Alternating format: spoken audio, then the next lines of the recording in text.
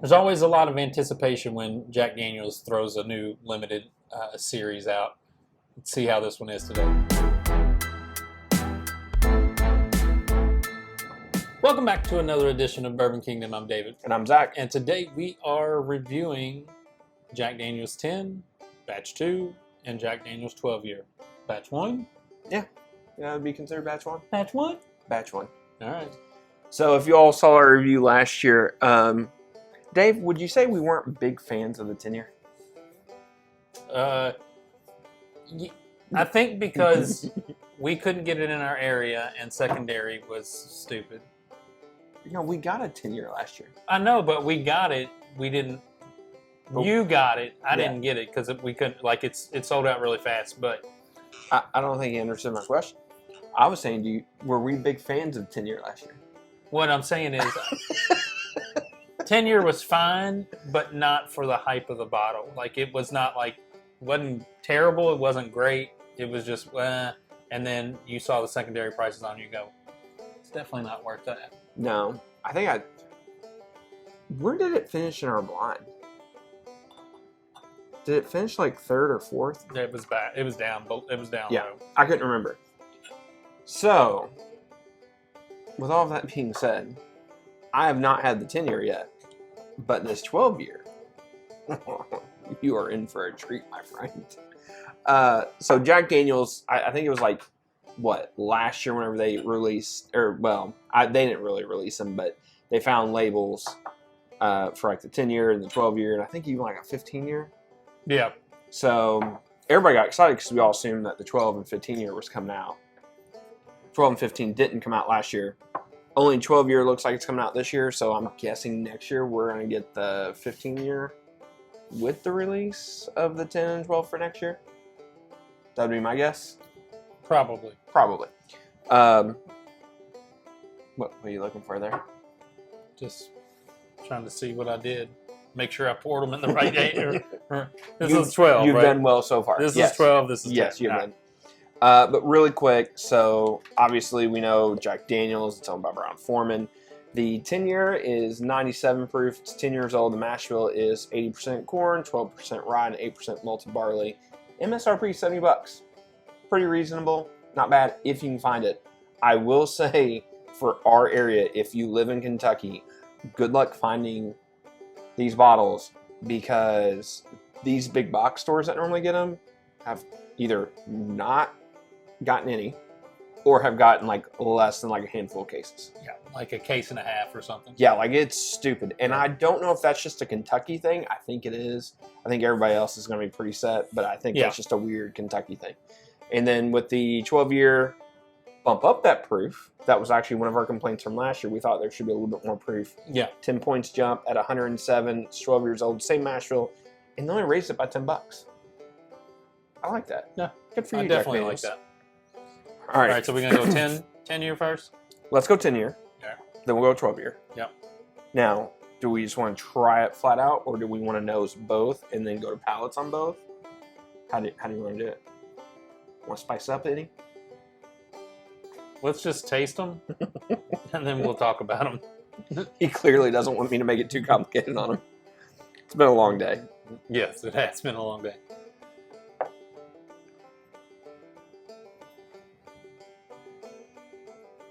Are you sure you put the... Yeah, I did this one in here, that one in there. I did, I promise. We can review the tape if we need to. Yeah, we're not sure. going to. That's true. Yeah, we're definitely not. Hmm. Nose is a lot better than what I remember from last year, to be honest with you. Yeah. A little light fruit. A little oak. Yeah. Almost has like a little bit of like a chocolate strawberry now. I can see that. There's a bit of an apple in there too. Yeah. Mm.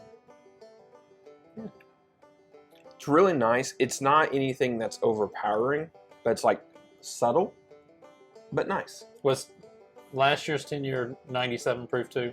I'm assuming so, yes. I can't remember.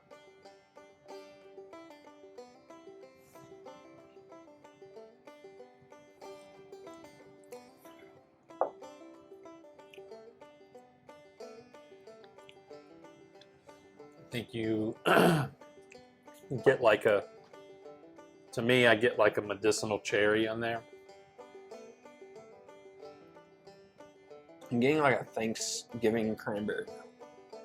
Like cranberry, like jam or whatever. Yeah. Little bit of oak. It's like fresh, like really, really fresh oak though.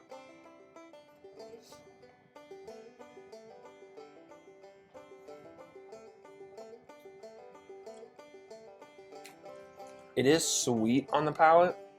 It is. The finish is okay. It's not much to the finish. It's nothing super long. No, there's a little bit of leather on there, a little bit of char, but the fruit comes out a little bit more on the finish, I think. If I recall last year's, I think I recall last year's being like really peanut like forward on the palate. My first taste of this, I felt like I got a little peanut, and then I took another drink real fast, and it kind of went away. But I don't, and maybe I'm wrong. Obviously, we could review the tape and look, but I didn't. I don't remember as much fruit on the tenure last year as what this one. Yeah. I mean, it's fine. I don't think it's bad. No. It's I don't know if I'd be willing, like, well, I'll wait and say opinion after. It's like, yeah.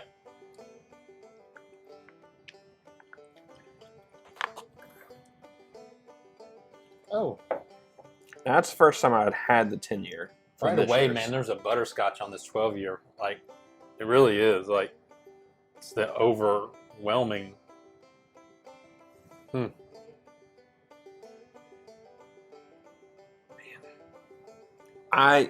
So my buddy Joey at Breakfast Club, yeah, he had it, and he said it's like a baby Coy Hill, or a junior Coy Hill. I can't remember exactly what he said, but whenever he said that, I can't get away from that on the nose. Like on the nose, like it's just so much like that dark chocolate, caramels, marshmallow. Like it's just. There's so much like, but it's not like proofy, like it's not like overproofed or whatever. Yeah, not at all. Man, it's just so much of that on the nose of it. I mean, I like the smell of this one. Yeah, has a real nice like rich, sugary oak kind of note to it. Really nice barrel char too.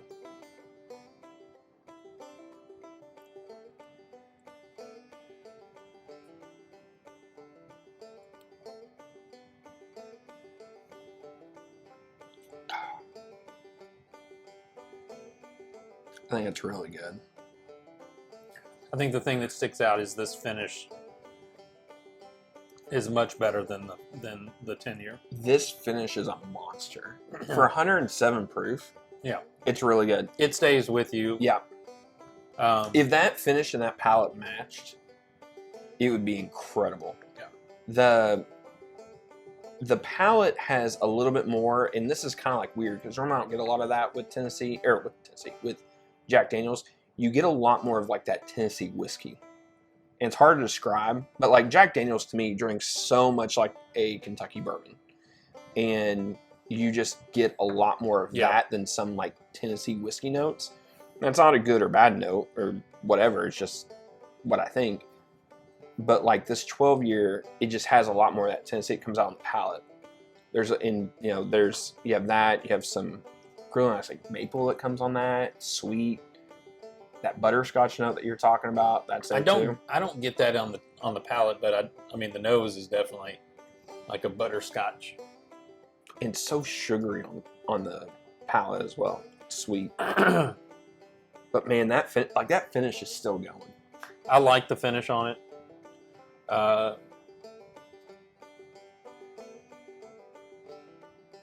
don't love the taste of it. Is it that? But I like the finish of it.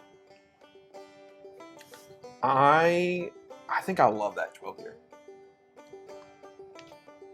The 10-year is fine. Yeah, it's fine. I can do with or without. I don't think it's bad. I thought last year's 10-year was bad. I think this is good. I think if I found one, I'd have no problem paying MSRP for $70 for that. Yeah, that butterscotch, just everything. I love the nose on it. I think the nose on the 12-year and the finish on the 12-year. I mean, realistically, out of all the new stuff we've had this year, it's probably my favorite. I think on the finish. I think the nose and the finish are great. Like, yeah.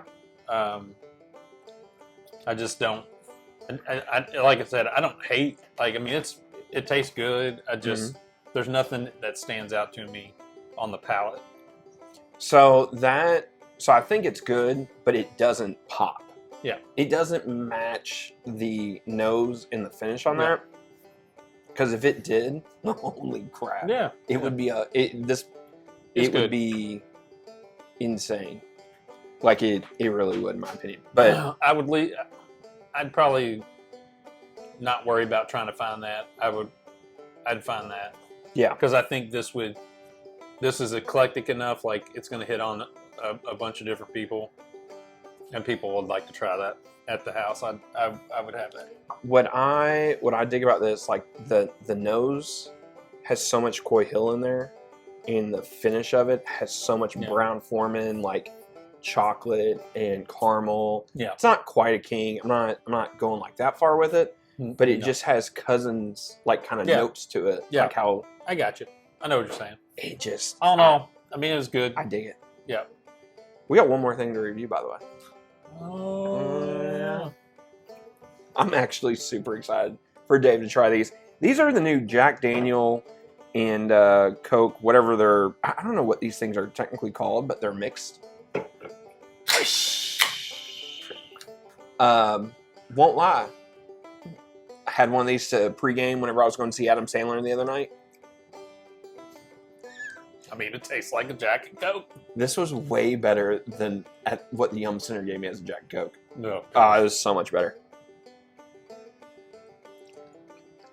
Tastes dead up like a perfect Jack and Coke. Yeah. Like the ratio of it, I don't know what it is. Yeah. Perfect. I assumed it was going to be either too watered down or maybe too much Coke. You would think if they canned it, they worked out the kinks on it.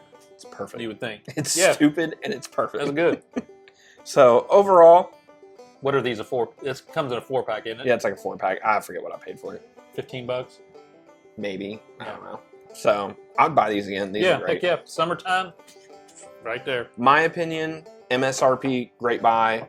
I would look for this. If you're definitely would want one of these. I'm probably going to be looking for a backup. And these are fantastic. Yep, fantastic. Hit that like, turn on the notifications, do all the good stuff, comment, tell us if you've had this. Let us know if you've had batch 2 and batch 1 of this. We'd like to know your opinion of it as well. So, till the next time. We'll see you. We'll see you.